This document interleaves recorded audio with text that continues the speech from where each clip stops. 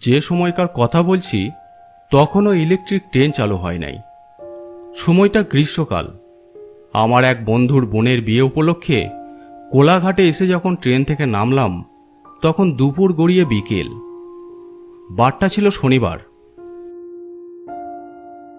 আকাশের অবস্থা তখন খুব খারাপ। কালবৈশাখীর মারাত্মক ঝড় যে অবশ্যম্ভাবী তা বেশ বুঝতে পারলাম। উফ, আচ্ছা মুশকিলে পড়লাম তো। আকাশের যা অবস্থা, যে কোনো সময় ঝড় বৃষ্টি শুরু হতে পারে। এই অবস্থায় 3 কিলোমিটার পথ যে কিভাবে যাব তা ভেবে পাচ্ছি না। স্টেশন থেকে বেরিয়ে পড়লাম।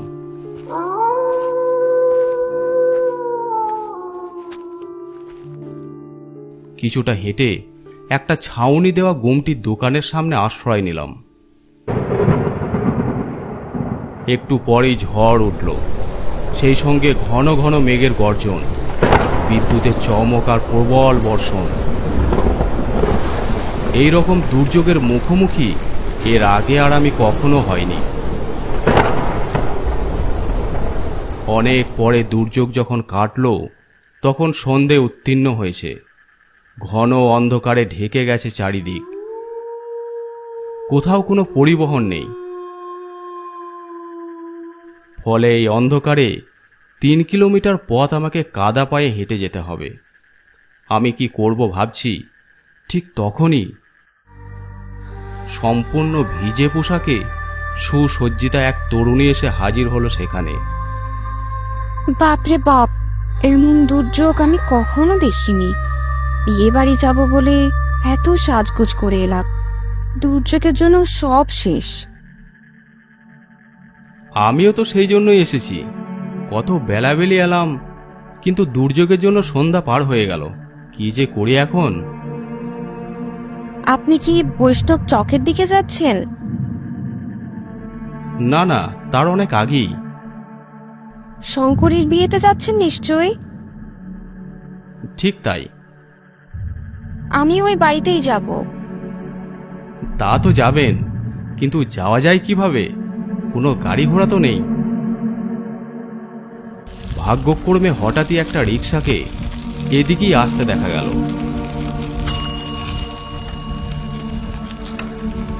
রিকশা, দাঁড়াও। রিকশাওয়ালাকে বলল গ্রামে নিয়ে যাওয়ার জন্য।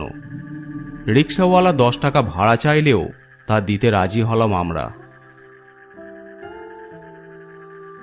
অতএব মনে আনন্দ নিয়ে দুজনেই রিকশার পাশাপাশি বসলাম।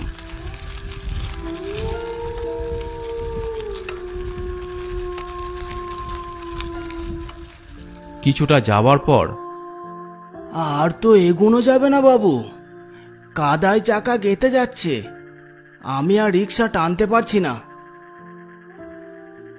অগত্যা নামতেই হলো। কত দেব?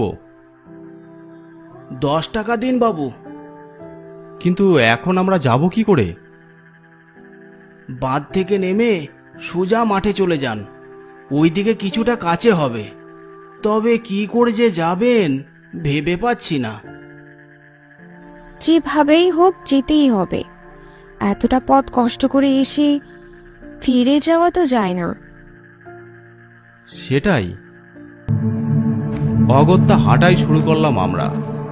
অন্ধকারে বনময় পথ ধরে ভয়ে ভয়ে এগিয়ে চলেছি। কিন্তু আশ্চর্য, যাচ্ছি তো যাচ্ছি, পথের যেন শেষ আর হয় না। ব্যাপারটা কি? আমি দারুণ চিন্তিত হয়ে একসময় বললাম, আমার কেমন যেন ভয় ভয় করছে। মনে হচ্ছে আমরা যেন একই পথে বারবার ঘুরে ফিরে আসছি। তাই বুঝি? তাই তো, একটু আগে এই পথ দিয়েই তো গেছি আমরা। এখন উপায়? উপায় এখন একটাই, আর না এগিয়ে পেটে কিল মেরে সারা রাত এখানে থেকে যাওয়া। কাল সকাল না হওয়া পর্যন্ত এখান থেকে আর নড়নচড়ন নয়। আমার চোখে যেন জল আসতে লাগলো। এমন বিপদে পড়ব জানলে স্টেশন থেকেই ফিরে যেতাম, এত দূর আসতামই না। অথচ তরুণীর চোখে ভয়ের লেশ মাত্র নেই। তরুণী একটা বটগাছের গুঁড়িতে ঠেস দিয়ে দাঁড়িয়ে রইল। আমি ওর কাছ থেকে বেশ কিছুটা দূরত্ব বজায় রেখে ভাবতে লাগলাম কিভাবে কি করব। হঠাৎ অনেক দূর থেকে টর্চের আলো ফেলে 2-4 জন লোককে আসতে দেখলাম। আর ভয় নেই, ওদের সঙ্গ নিয়ে এই গোলকধাঁধা থেকে বেরিয়ে যেতে পারবো আমরা। তরুণী ভয়ে ভয়ে সেই দিকে তাকিয়ে বলল, আপনি যান, আমি কিছুতেই যাব না ওদের সঙ্গে। কেন যাবেন না? তরুণী আর কিছু বলার আগেই পথচারীরা এসে পড়ল সেখানে। কে আপনি? এই অন্ধকারে কি করছেন? পথ হারিয়ে দাঁড়িয়ে আছি, বিয়ে বাড়ি যাব বলে এসেছি। আমার সঙ্গে এক তরুণীও আছে। বুঝেছি, দিবাকরের বোন শঙ্করীর বিয়েতে এসেছেন নিশ্চয়ই। পথ ভুল করেছেন, আসুন আমাদের সঙ্গে। আমি গাছের গুড়িতে ঠেস দিয়ে দাঁড়িয়ে থাকা তরুণীকে বললাম, এখনো দাঁড়িয়ে আছেন কেন? আসুন। কে আসবে? কেউ নেই ওখানে, আপনি আছেন, আসুন আমাদের সঙ্গে। আমার সারা গায়ে কাঁটা দিয়ে উঠল। আমি ভালো করে তাকিয়ে দেখলাম সেই গাছতলায় কেউ নেই। কখন যেন তরুণী উধাও হয়ে গেছে। আমি পথচারীদের সঙ্গে চলতে শুরু করলাম। ওদের মুখে শুনলাম, বছর 2 আগে এক তরুণী ওই গাছের ডালে গলায় দড়ি দিয়ে আত্মহত্যা করে। আমরাই তার দেহ সৎকার করি। তারপর থেকে প্রায় ওই তরুণী আধার রাতে একা কাউকে পেলে এইভাবে গাছতলায় ডেকে নিয়ে আসে, তবে কারো কোনো ক্ষতি করে না। ভাগ্যে আমরা এ পথে এসে পড়েছিলাম, না হলে সারা রাত ওই মোহিনীর পাল্লায় পড়ে দুর্দশার শেষ থাকতো না আপনার। আচ্ছা, ওই তরুণী আত্মহত্যা করেছিল কেন? শুনেছিলাম প্রেমের ব্যাপার ছিল। সেই ছেলে নাকি অন্য মেয়েকে বিয়ে করায় ও আত্মহত্যা করে।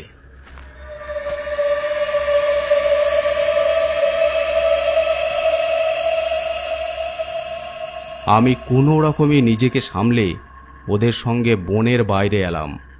এতক্ষণে একটা গ্রাম চোখে পড়ল। ওই যে দেখছেন আলো জ্বলছে, ওটাই বিয়ে বাড়ি। আমি সবাইকে ধন্যবাদ জানিয়ে বিয়ে বাড়িতে এসে পৌঁছালাম। ওর বোন শঙ্করীর সঙ্গে পরিচয় করিয়ে দিল। যা দুর্যোগ গেল, তুই যে আসবি তা ভাবতেও পারিনি। পথে কোনো কষ্ট হয়নি তো? কষ্ট কিসের, বেশ তো এলাম। বললাম বটে, তবে মনের মধ্যে থেকে তরুণীর স্মৃতি আমি কিছুতেই মুছে ফেলতে পারলাম না। এরপরই ঘটতে লাগলো একের পর এক চমকপ্রদ ঘটনা। বিয়ের আসরে অন্যের সঙ্গে আলাপচারিতায় সর্বত্র দেখা যেতে লাগলো সেই তরুণীকে। এ কি করে সম্ভব? তার চেয়েও বড় কথা, দূরে থাকলেও তরুণীর চোখ কিন্তু আমার দিকে। ওর দৃষ্টি প্রদীপের শিখায় আমার বুকের ভিতরটা ভয়ের আগুনে পুড়ে যেতে লাগলো। এক সময় দিবাকরকে ডেকে বললাম, ওই ওই মেয়েটা কে রে? কার কথা বলছিস? ওই তো, যে মেয়েটা আমার দিকে তাকিয়ে আছে। ও তো আমার মামাতো বোন শিখা। আয়, তোর সাথে আলাপ করিয়ে দি। আলাপ করার ইচ্ছা আমার একটুও ছিল না, তবু দিবাকর ডেকে আনলো তাকে। আমি তার দিকে তাকিয়ে ভয়ে ভয়ে বললাম, আজ সন্ধ্যায় ঝড় বৃষ্টি থামলে কোলাঘাট থেকে আপনি আমার সঙ্গে এলেন না? কই না তো, আমরা পরশু এসেছি বেহালা থেকে, সেই থেকে আমরা কেউ কোথাও যাইনি। তাই হবে হয়তো। তুই তাহলে অন্য কাউকে দেখেছিস। অনেক পরে বিয়ে বাড়ির কোলাহল কমে এলে আমি আমার জন্য নির্দিষ্ট ঘরে শুতে এলাম। দরজা বন্ধ করে আলো নিভিয়ে সবে বিছানায় শুয়েছি। এমন সময় দরজায় ঠক ঠক শব্দ। উঠে গিয়ে দরজা খুলতেই দেখি সেই তরুণী। আমাকে দেখে এত ভয় পাচ্ছেন কেন? না মানে আজ সন্ধ্যায় ঠিক আপনারই মতো এমন একজনকে দেখলাম। আমার মতো কেন? আমিই তো এলাম আপনার সঙ্গে। আমি সুধা। তখন তো আপনি ভয় পাননি। তাহলে শিখাকে? কি করে জানবো? এই বলে এক পা করে পিছু হটে দরজার কাছে গিয়ে মিলিয়ে গেল। হ্যাঁ? ঘুম মাথায় উঠল আমার। ঘরের দরজায় শিকল দিয়ে আমি দিবাকরের কাছে চলে এলাম। তবে ব্যাপারটা পুরোপুরি চেপে গেলাম ওর কাছে। সারা রাত দুই বন্ধুতে বসে বসে গল্প করেই কাটালাম। পরদিন সকালে বর কনে বিদায় নিলে আমিও বিদায় নিলাম। দিবাকরের পরিচিত একজনের সঙ্গে কোলাঘাট স্টেশনে এসে হাঁপ ছেড়ে বাঁচলাম। ভেবেছিলাম হয়তো বিপদের হাত থেকে বেঁচে গেছি, কিন্তু না, বিপদ আমার সঙ্গ ছাড়েনি। পর নিঝুমপুরে জমিদার রায় বাহাদুরের বাড়িতে তার জমিদারির কাজ দেখাশোনা করার জন্য একটা চাকরি পাই। চাকরিটা পেয়ে আমি আর আমার পরিবার অনেক খুশি ছিলাম। জমিদার বাড়ির একেবারে এক পাশে আমার থাকার জায়গা। বেশ নিরিবিলি গ্রাম। এই এলাকার যে কয়টি গ্রাম রয়েছে তার বেশিরভাগই জমির মালিক এই রায় বাহাদুর। এখন এই জমিগুলো কৃষকদের চাষ করতে দেওয়া হয় এবং সময় মতো তাদের কাছ থেকে টাকা কিংবা ফসল নেওয়া হয়। এইসব কাজ তদারকি করার দায়িত্ব এখন আমার। সকল হিসাবপত্র আমাকে রাখতে হয়। দুদিন বেশ ভালোই কাটল।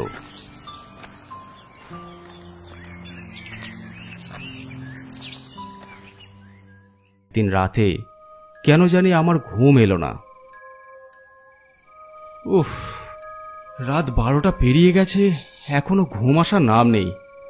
বাইরে একটু পায়চারি করি, বেশ ফুরফুরে হাওয়া দিচ্ছে বাইরে।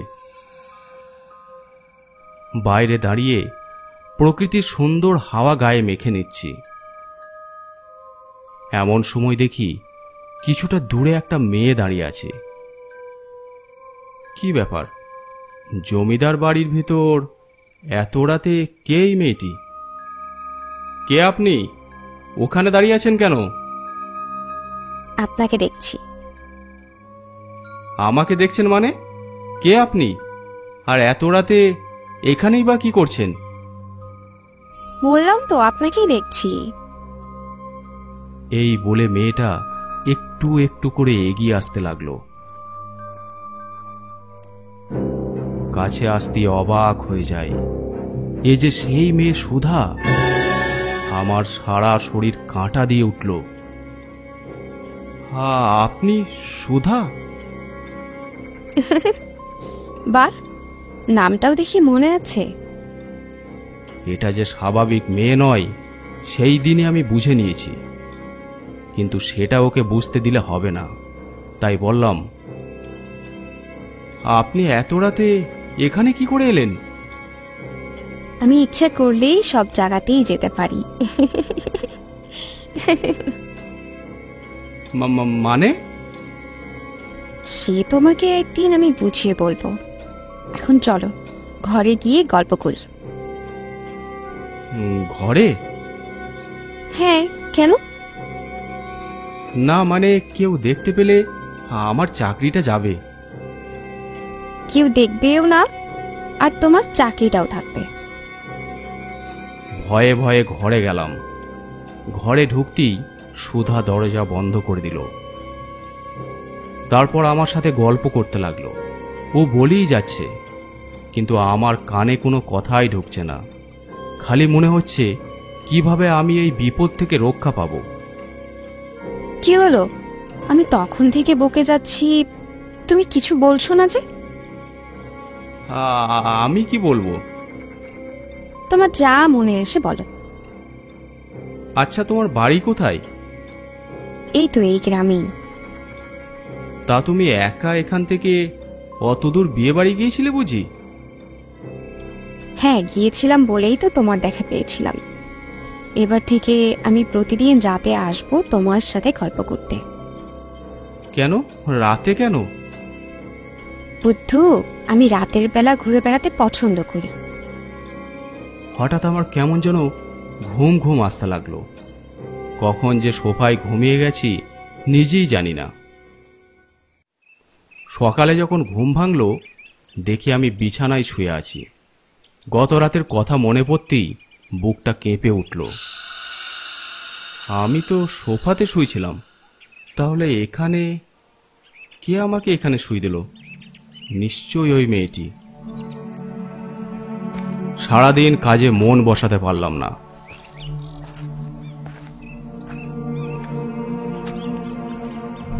বিকালের দিকে নদীর ধার দিয়ে একটু ঘুরতে গেলাম। হাঁটতে হাঁটতে অনেকটা দূরে চলে গেলাম। দেখি নদীর ধারে একটা ঝুপড়ি ঘর, আর তার সামনে বসে আছে একটা সাধু বাবা। এই সাধু বাবাকে ব্যাপারটা বললে কেমন হয়? নিশ্চয়ই কিছু উপায় উনি বলে দিতে পারবেন। সেই মতো ওই কুটিরের দিকে এগিয়ে গেলাম। নমস্কার বাবা, কেমন আছেন? ভালো। তুমি কেমন আছো? ভালো নেই বাবা, খুব চিন্তায় আছি। কোনো কাজে মন বসাতে পারছি না। তারপর আমার সাথে যা যা হয়েছে সব সাধু বাবাকে খুলে বললাম। সত্যি তোমার অনেক বিপদ বুঝতে পারছি। প্রেতনির নজরে পড়েছো তুমি। সে তোমাকে অত সহজে ছাড়বে না। আমাকে বাঁচান বাবা, না হলে আমি শেষ হয়ে যাব।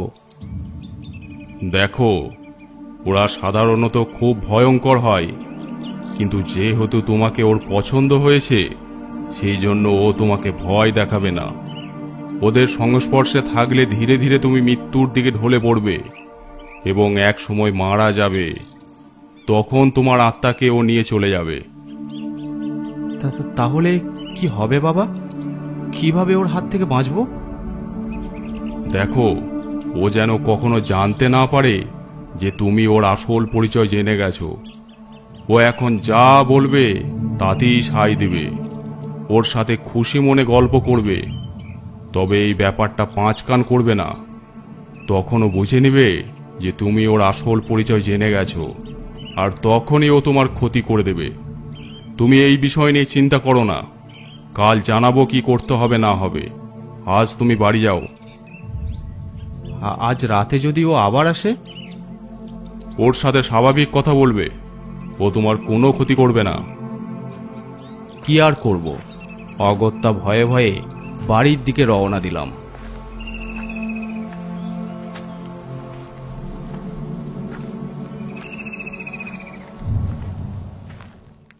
রাতে খাওয়া দাওয়া করে শুয়ে পড়লাম। ঠিক রাত 12টার সময় দরজায় ঠক ঠক শব্দ। বুঝতে পারলাম সেই প্রেতনিটা এসেছে। ভয়ে ভয়ে উঠে দরজা খুলে দিলাম। সুধা ঘরের ভিতর ঢুকে গেল। কি মহারাজ, আজ মনে হচ্ছে তাড়াতাড়ি ঘুমিয়ে গিয়েছিলে? হ্যাঁ, আসলে সারাদিন অনেক কাজ থাকে তো তাই। আচ্ছা তাই? কিন্তু তুমি যে প্রতিদিন রাতে এখানে আসো, তোমার বাড়িতে কিছু বলে না? না, আমাকে কেউ কিছু বলে না, কারণ আমি একাই থাকি। তোমাকে আমার খুব ভালো লাগে, তাই আমি তোমার সাথে গল্প করতে আসি। আস্তে আস্তে আমি তোমাকে সব জানাবো। আমি জানি তুমি আমাকে দূরে ঠেলে দেবে না। না না, আমারও তোমাকে অনেক ভালো লাগে। সত্যি? আমি জানতাম তোমার ভালো লাগবে। তুমি খুব খুব ভালো একজন ছেলে। তুমি আমার পাশে থাকলে আমি অনেক সুখী থাকবো। এইভাবে গল্প করতে করতে অনেক রাত হয়ে গেল। সুধা, এবার ঘুমাতে হবে, অনেক রাত হয়ে গেছে, কাল আমার অনেক কাজ আছে। আচ্ছা, আমি তবে আসি। হ্যাঁ, সুধা চলে যেতেই আমি যেন হাঁপ ছেড়ে বাঁচলাম। সে রাতে আমার ঘুমই এলো না। মনের মধ্যে ভয়ঙ্কর সব চিন্তা ঘুরপাক খাচ্ছিল। সকালে উঠেই আমি সাধু বাবার আস্তানার দিকে রওনা দিলাম। সাধু বাবা আমাকে দেখে বলল, কি ব্যাপার, আজ এত সকাল সকাল? আমি গত রাতের কথা বললাম। আমি দীর্ঘ তপস্যা করে এর একটা উপায় পেয়েছি এক প্রাচীন পুঁথি থেকে। তবে সেটা খুব ভয়ঙ্কর, তোমাকে ভয় পেলে চলবে না। আমি সব কিছু করতে রাজি আছি বাবা, যে কোনো উপায়ে আমি ওর হাত থেকে বাঁচতে চাই। ঠিক আছে, শুনো তবে। আজ রাতে ও যখন আবার আসবে তখন ওকে বলবে। তারপর কি করতে হবে সাধু বাবা সব আমাকে জানিয়ে দিল। ঠিক আছে বাবা, আমি সব করব, আমাকে করতেই হবে। সেদিন রাতে যখন সুধা আবার এলো তখন আমি ওকে বললাম, সুধা, এইভাবে ঘরের ভিতর রোজ রোজ গল্প করতে ভালো লাগছে না, তার থেকে বরং চলো নদীর ধার দিয়ে হাঁটতে হাঁটতে গল্প করি। সত্যি? চলো, খুব ভালো হবে। তারপর আমরা হাঁটতে হাঁটতে নদীর ধারে গিয়ে পৌঁছালাম। কি সুন্দর হাওয়া না, মন জুড়িয়ে যায়। হ্যাঁ, ঠিক বলেছ, নদীর কুলকুল শব্দ মন মাতিয়ে তুলেছে। এইভাবে গল্প করতে করতে আমরা এগিয়ে যেতে লাগলাম। এক সময় সেই কুটিরের কাছে এসে হাজির হলাম। ওখানে একটা ডালিম গাছ ছিল, বেশ বড় বড় ডালিম ধরেছিল ওই গাছে। জানো সুধা, আমার না ডালিম খেতে খুব ভালো লাগে। গাছটাতে কত ডালিম ধরেছে দেখো, দেখেই লোভ লাগছে। তাই? তোমার খেতে ইচ্ছে করছে? হ্যাঁ গো, ভীষণ ইচ্ছে হচ্ছে, কিন্তু গাছটা একটু বড়, আমি নাগাল পাবো না। অন্যদিন লাঠি নিয়ে এসে পারবো। কি যে বলো, তুমি অন্যদিকে তাকাও, আমি নিয়ে আসছি। যাক, পেতনি টোপটা গিলেছে। অন্যদিকে মুখ ঘোরাতেই সুধা তার লম্বা হাত বাড়িয়ে দিল ডালিম গাছের দিকে। একটা ডালিম যেই না ছিঁড়েছে, অমনি সুধা সেই ডালিম গাছের দিকে ছিটকে গেল, আর ওখান থেকে নড়তে পারছে না। সেই সময় সাধু বাবা বেরিয়ে আসে। তাহলে এটা তোর কাজ? ছাড় আমাকে, না হলে কিন্তু ভালো হবে না। তুই আমার কিছুই করতে পারবি না। তুই আমার মন্ত্রপুত ডালিম ছিঁড়ে এখন আমার হাতে বন্দি। তোর ক্ষমতা নেই এখান থেকে বের হবার। কিন্তু আমি তোর কি ক্ষতি করেছি? ক্ষতি? তুই কেন এই যুবকের পিছু নিয়েছিস? কেন ওকে তোর জালে টানার চেষ্টা করছিস? তাতে তোর কি? ওকে আমার ভালো লাগে। কিন্তু ও তোকে চায় না। এইভাবে কোনো মানুষকে শেষ করার কোনো অধিকার তোর নেই। তাই এই ফন্দি করে তোকে এখানে নিয়ে এসেছি। মানে মানে তুমি তুমি আমাকে এখানে নিয়ে এসেছো বিজয়? হ্যাঁ, তাছাড়া আমার অন্য কোনো উপায় ছিল না। তোমাকে আমি সত্যিকারের ভালোবেসেছিলাম, আর তুমি আমার সাথে এমনটা করলে? হ্যাঁ, তোর সাথে এটাই হওয়ার ছিল।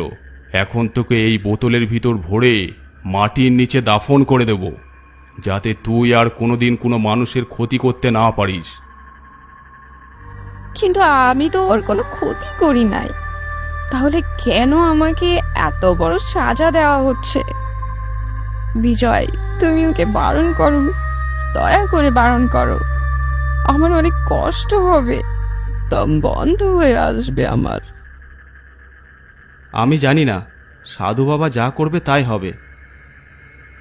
এরপর সাধু বাবা হাতে কিছু নিয়ে ওর দিকে ছুঁড়ে দিল।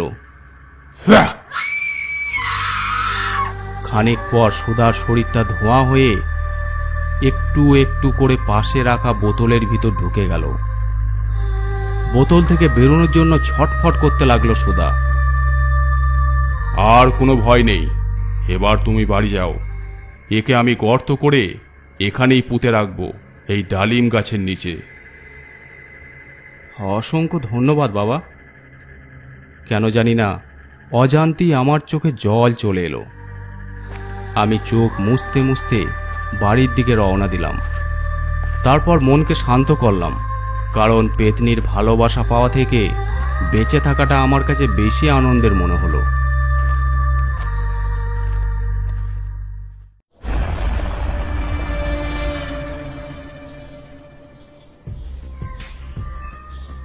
আজকের গল্পটি আপনাদের কেমন লাগলো অবশ্যই কমেন্ট করে জানাবেন। আর যদি ভালো লেগে থাকে অবশ্যই চ্যানেলটি সাবস্ক্রাইব করে দেবেন। আর আপনারা যারা গল্প পাঠাতে চান আমাদের ফেসবুক পেজে ইনবক্স করে পাঠাতে পারেন, অথবা আমাদেরকে মেল করতে পারেন। এছাড়াও আমাদের ইনস্টাগ্রাম আইডি আছে, আপনারা ফলো করে নিতে পারেন। সব কিছুর লিঙ্ক ডিসক্রিপশন বক্সে দেওয়া আছে।